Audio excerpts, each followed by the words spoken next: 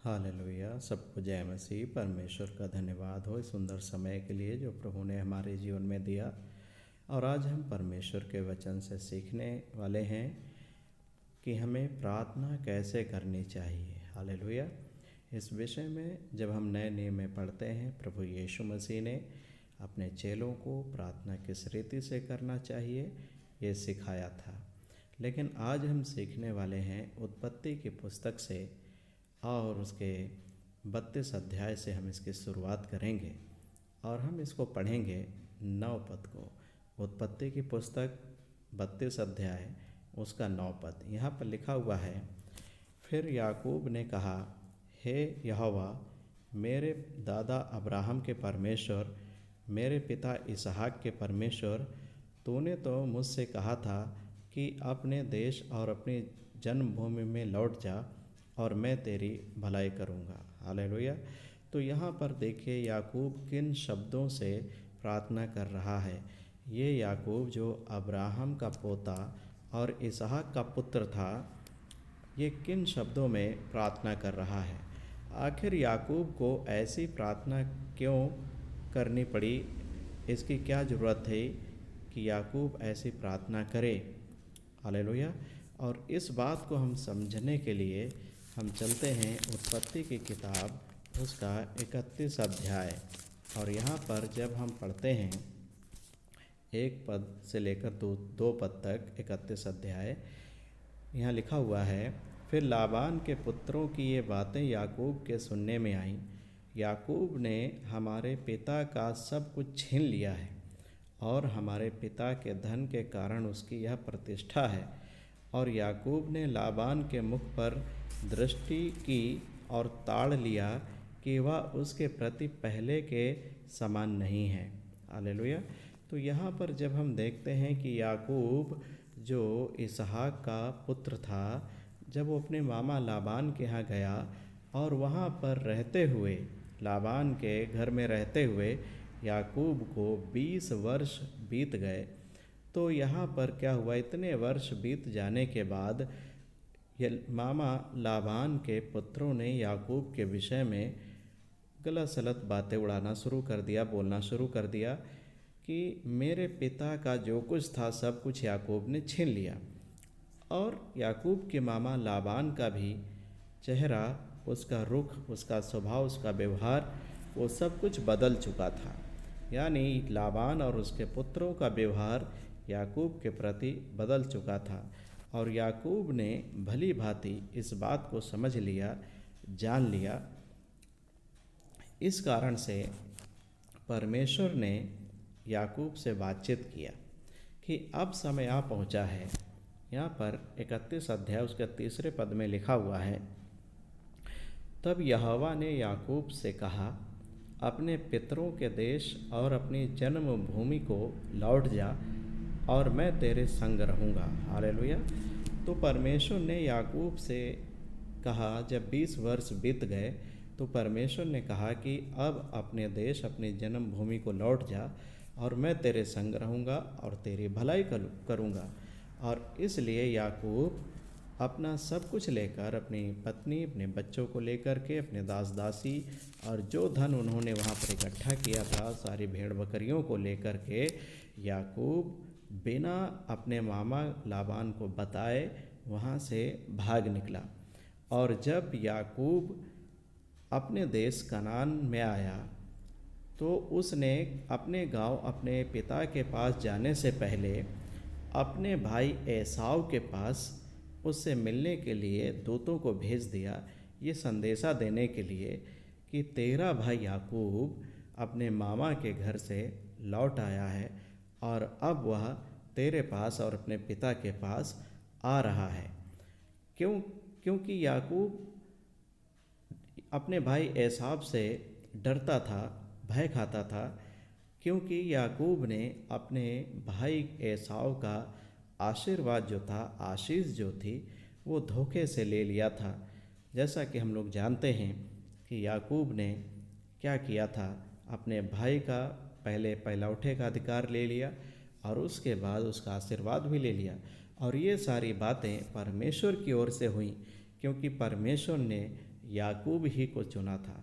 लेकिन याकूब के मन में ये बात थी कि मेरा भाई, जो मैंने उसका आशीर्वाद ले लिया था, इस कारण से वो मुझसे नाराज़ था, मुझे मार डालने के लिए योजना बना रहा था। कहीं ऐसा तो नहीं कि अभी मेरे लिए वो अपने मन में क्रोध रखे हुए है, उसी बदले की भावना को रखे हुए है, और इसलिए अपने भाई के मन को टटोलने के लिए, जानने के लिए याकूब ने अपने जाने से पहले अपने दूतों को भेज दिया, ताकि एसाव को वो समाचार दें कि तेरा भाई याकूब आ रहा है। और उसके बाद एसाव क्या जवाब देता है, क्या उसके मन में चल रहा है, वो सारी बातें याकूब जान ले, इसलिए अपने दूतों को अपने जाने से पहले वहाँ पर भेज दिया। हालेलुया। तो जब याकूब के सेवक लोग, दूत लोग एसाव से मिलने के लिए गए और उसे संदेशा दिया कि तेरा भाई आ रहा है वापस अपने मामा के यहाँ से, तो एसाव ने कहला भेजा कि जाओ मेरे भाई को बता दो कि मैं भी अपने 400 संगी पुरुषों को लेकर के तुझसे मिलने के लिए आ रहा हूँ। और जब ये बात, एसाव की बात, याकूब के सेवकों ने, दूतों ने आकर याकूब को बताया कि तेरा भाई एसाव 400 लोगों को लेकर के वो तुझसे मिलने के लिए आ रहा है, तो याकूब इस बात को सुन कर के डर गया, ये सोच कर डर गया कि अब तो मेरा भाई ज़रूर मुझे मार डालेगा, मेरी पत्नियों को, मेरे बच्चों को, सब कुछ को मार डालेगा, क्योंकि वो मुझसे बदला लेने के लिए आ रहा है। और वो डर गया, और डर के मारे क्या हुआ कि वो परमेश्वर के सामने प्रार्थना करने लगा। जब हम 32 अध्याय 9 पद को हमने पहले पढ़ा, इसको हम फिर से एक बार पढ़ेंगे। यहाँ पर क्या लिखा हुआ है, फिर याकूब ने कहा, हे यहोवा, हे मेरे दादा अब्राहम के परमेश्वर, हे मेरे पिता इसहाक के परमेश्वर, तूने तो मुझसे कहा था कि अपने देश और अपनी जन्मभूमि में लौट जा और मैं तेरी भलाई करूँगा। तो यहाँ पर जब हम देखते हैं कि याकूब ने जब ये जान लिया कि मैं संकट में पड़ा हूँ, मेरा परिवार, मेरा प्राण संकट में है, तो परमेश्वर से वो विनती करने लगा, और परमेश्वर के उन्हीं शब्दों को परमेश्वर को याद दिला करके विनती कर रहा है कि हे परमेश्वर, तूने मुझसे ये वायदा किया था, अब मेरे भाई से मुझे बचा ले। और जब हम आगे पढ़ते हैं तो यहाँ पर लिखा हुआ है 11 पद से 32 अध्याय में, मेरी विनती सुनकर मुझे मेरे भाई एसाव के हाथ से बचा।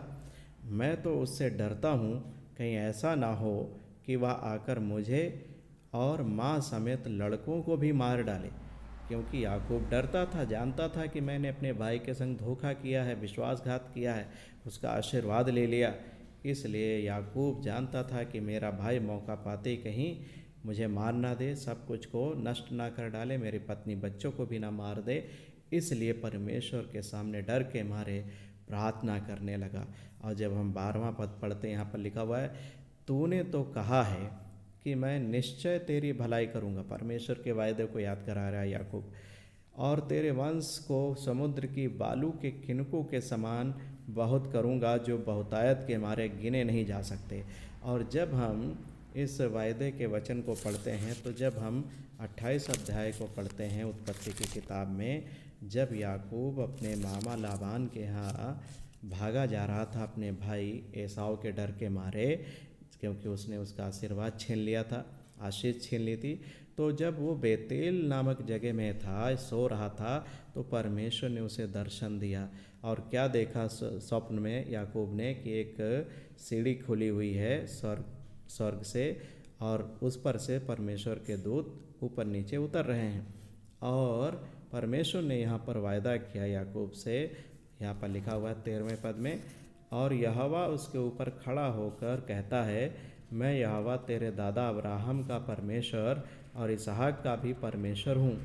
जिस भूमि पर तू लेटा है उसे मैं तुझको और तेरे वंश को दूंगा, और तेरा वंश भूमि के धूल के किनकों के समान बहुत बहुत होगा, और पश्चिम पूरब उत्तर दक्षिण चारों ओर फैलता जाएगा, और तेरे वंश के द्वारा पृथ्वी के सारे कुल आशीष पाएंगे। हालेलुया।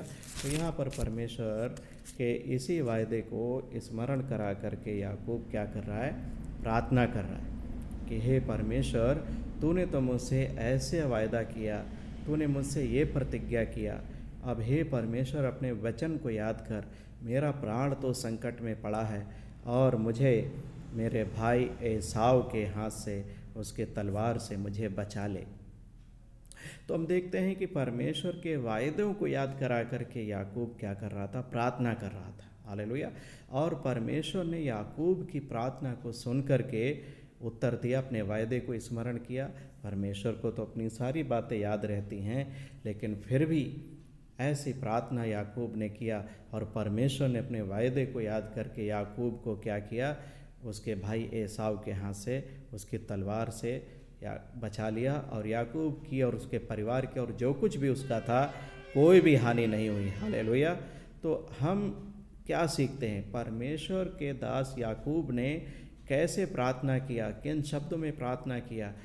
याकूब ने परमेश्वर के वायदों को स्मरण करा करके उससे विनती किया, प्रार्थना किया, और परमेश्वर ने अपने वायदे प्रतिज्ञा को याद करके जो याकूब के संग उसने किया था, अपनी वाचा को याद करके परमेश्वर ने उसके जीवन में पूरा किया। हालेलुया। मेरे प्रियो, जब हम भी इसी प्रकार से परमेश्वर के वायदों को, उसके वचनों को याद करा करके जब हम प्रार्थना करते हैं, तो परमेश्वर हमारी भी सुनता है, क्योंकि वो अपने वचन को कह करके बदलता नहीं, पलटता नहीं, वो अपने वायदे का पक्का है। हालेलुया। इसलिए हमें भी चाहिए कि जब भी हम प्रार्थना करें तो हम परमेश्वर के वायदे को, परमेश्वर के प्रतिज्ञा को, परमेश्वर की वाचा को हम स्मरण कराएं, उसके वचन के अनुसार प्रार्थना करें कि परमेश्वर ने अपने वचन में क्या कहा है।